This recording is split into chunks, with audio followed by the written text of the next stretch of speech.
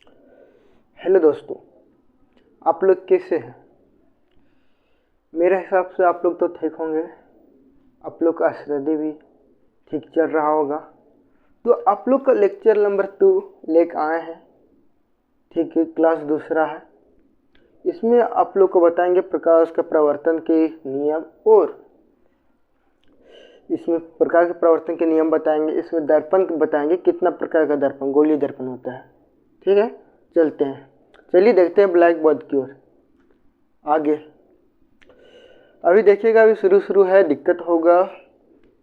Support कीजिए, आप लोग शेयर करिए और सब्सक्राइब करिए ताकि आप लोग दोस्तों को भी फायदा मिल सके। और आप लोग का बेहतरीन वीडियो पाने के लिए कमेंट करिए।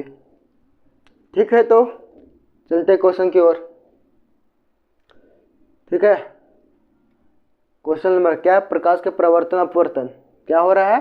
प्रकाश के प्रवर्तन अपवर्तन। आप लोग भी जान रहे होंगे, क्लास 10 का अध्याय नंबर 10 है। ठीक है, ये पुराना किताब के अनुसार है, नया किताब के अनुसार होगा बाद में। चलो देखते हैं। यहाँ दिया गया है प्रकाश के प्रवर्तन के 2 नियम लिखे। सबसे पहले यहाँ देखो, क्या VVI या एग्जाम में आता है हमेशा, मतलब बोलो तो 2 एग्जाम छोड़ के 2 साल छोड़ के आता है एग्जाम में, 2-3 साल छोड़ के। तो इम्पोर्टेंट क्वेश्चन दोनों है। समतल दर्पण का उपयोग देख लेंगे। क्या बोल रहा है? प्रकाश के प्रवर्तन के 2 नियम लिखित है, मतलब मौजूद है। पहला क्या होगा कि आपतन कोण प्रवर्तन कोण का मान बराबर होता है, और आपतित किरण, अभिलंब और प्रवर्तित किरण तीनों एक ही तल पर होते हैं। ये हो गया क्या विशिष्ट प्रकाश के प्रवर्तन के नियम। इस नियम में हमको आप लोग को अगला लेक्चर में बताए थे कि आपतित किरण किसे कहते हैं, परावर्तित किरण किसे कहते हैं और अभिलंब किसे कहते हैं।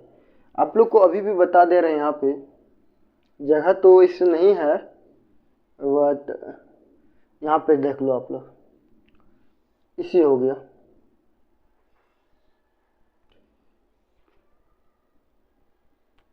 ये तल हो गया, इसको तो आपतित किरण, इसको कहते हैं प्रवर्तित किरण, और इसको कहते हैं अभिलंब, और इसको क्या कहते हैं? तल। इसमें क्या आपतित कोण और प्रवर्तित कोण दोनों क्या होगा? इक्वल होगा।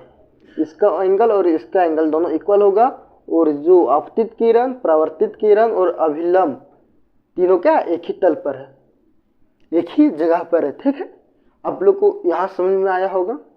इस फिगर को देखिएगा, ये हो गया आपतित कोण, ये अगर प्रवर्तित कोण, दोनों इक्वल होता है, जिसको मान लेते हैं आई, आर इक्वल आई, दोनों इक्वल होता है। और आपतित किरण, प्रवर्तित किरण और अभिलंब तीनों एक ही तल में होते हैं, मतलब एक ही स्थान पर होते हैं। ठीक है, अब चलते हैं। समतल दर्पण का विशेषताएं निम्नलिखित हैं। समतल दर्पण की विशेषता देखना हम लोग को। ठीक है, इसका क्या विशेषता है? पहला हम लोग देख चुके हैं प्रकाश के प्रवर्तन के नियम। आपतित किरण और प्रवर्तित किरण और अभिलंब तीनों एक ही तल पर होते हैं, और आपतित अपवर्तन कोण और परावर्तन कोण क्या होता है? दोनों बराबर होता है। यहाँ तक देख लो एक बार, आपतन कोण और प्रवर्तन कोण का मान बराबर होता है, और आपतित किरण, अभिलंब और प्रवर्तित किरण तीनों एक ही तल पर होते हैं। ठीक है, यहाँ तक आप लोग को हो गया होगा। अब आप लोग को अगला दिखाते हैं। ये भी इम्पोर्टेंट क्वेश्चन है, जेक में, बोर्ड एग्जाम में पूछा जाता है। ठीक है, इसमें क्या है कि आभासी और सीधा प्रतिबिंब बनाता है। आप लोग ऐना देखे हैं? इस ऐना में देख लेना कि जितना दूरी पर तुम रहेगा, इतना दूरी पर तो प्रतिबिंब बनेबे करेगा, लेकिन अब जैसे सीधा रहिएगा तो आपको प्रतिबिंब भी सीधा ही घुमाता है, तभी आप देख पाते हैं, मतलब ऐना में अपना फेस को पूरा देख पाते हैं। ठीक है, तो यहाँ क्या बोलता है? आभासी और सीधा प्रतिबिंब बनाता है। वस्तु का साइज, मतलब जितना वस्तु रहता है, जितना मेरा ऐना देखते हैं तो मेरा फेस का साइज होता है, उतना ही प्रतिबिंब का साइज होता है। ठीक है, बराबर होता है। वस्तु दर्पण से जितनी दूरी पर होगा उसकी प्रतिबिंब उतनी ही दूरी के दर्पण के पीछे होगा। ठीक है, क्या बोल रहा है कि वस्तु दर्पण से जितनी दूरी पर होगा उसकी प्रतिबिंब उतनी ही दूरी पर दर्पण के पीछे होगा। ठीक है, क्या होगा, पीछे होगा उतनी ही दूरी पर। आप लोग यहाँ तक इन दोनों को नोट कर लीजिएगा, दोनों इंपॉर्टेंट है। ठीक है, महत्वपूर्ण क्वेश्चन है। अब देखते हैं गोलीय दर्पण।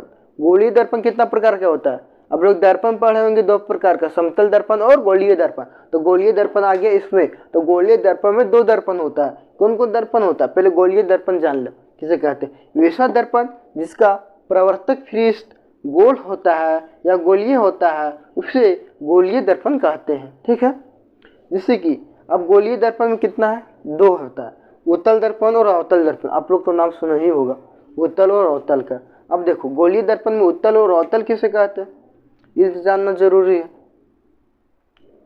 तो अभी रुको, अभी जगह नहीं है, हल्का मिटा दे रहे हैं, तब आप लोग स्क्रीनशॉट ले लीजिएगा।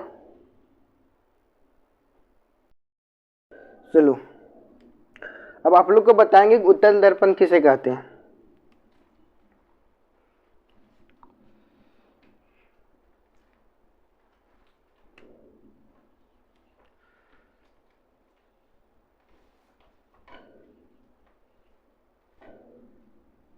उत्तल दर्पण तो आप लोग को फिगर बाद में पहले बताएंगे, इससे पहले आप लोग डिफिनेशन देखेंगे। वैसा गोलीय दर्पण,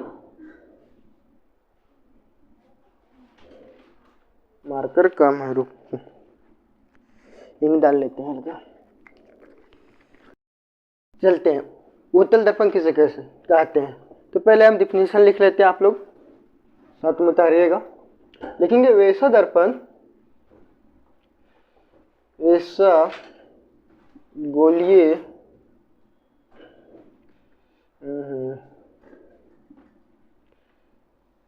रुको इधर से नहीं दिखा पा रहा, जाना है कितने। अब देखो यहाँ पे मिटा फिर से लिख रहा, इधर देखिएगा। ठीक, वैसा दर्पण, वैसा गोलीय दर्पण होगा, वैसा गोलीय दर्पण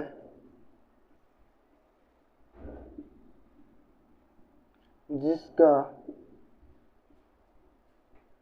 प्रवर्तक पृष्ठ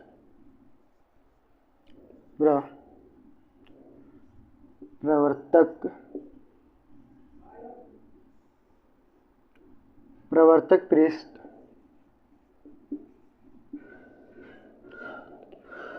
बाहर की ओर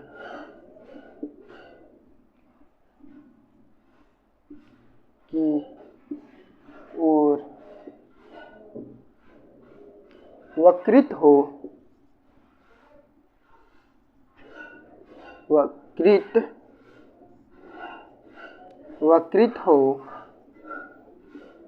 उसे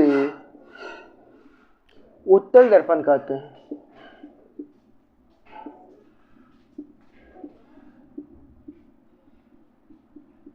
लिखने में देर हो जाता है इसीलिए पहले ही लिख लेते हैं। ठीक है, तो समझ लो यहाँ वैसा गोलीय दर्पण जिसका प्रवर्तक पृष्ठ क्या होता है, बाहर की ओर वक्रित होता है, जिससे कि आप लोग को फिगर में बता दे रहे हैं। फिगर देखो, ये हो गया, इसी को कहते हैं गोल, गोलीय दर्पण। ये गोल है इसीलिए, अर्धगोल है इसीलिए गोलीय दर्पण कहते हैं। ठीक है, इसको एक तरफ क्या कर देते हैं हम लोग, रंग देते हैं।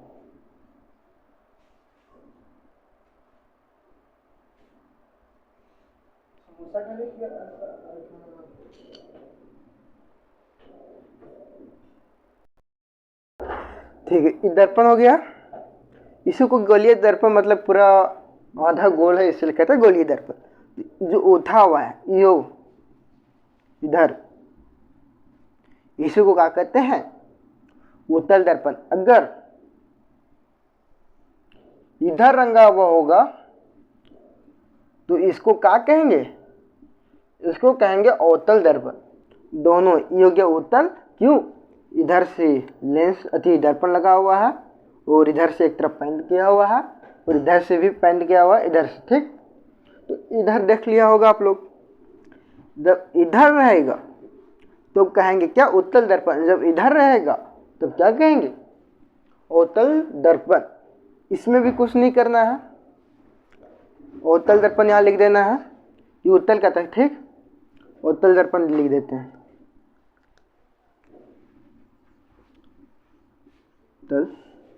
अवतल दर्पण। अवतल दर्पण में कुछ कहा नहीं है, बाहर जगह अंदर कर देना है, अंदर की ओर, ठीक है, यहाँ तक। बाकी बात अगला क्लास में आप लोग को बताते हैं। वीडियो को शेयर करिएगा और अच्छा लगा होगा वीडियो तो सब्सक्राइब जरूर करिएगा। थैंक यू, धन्यवाद।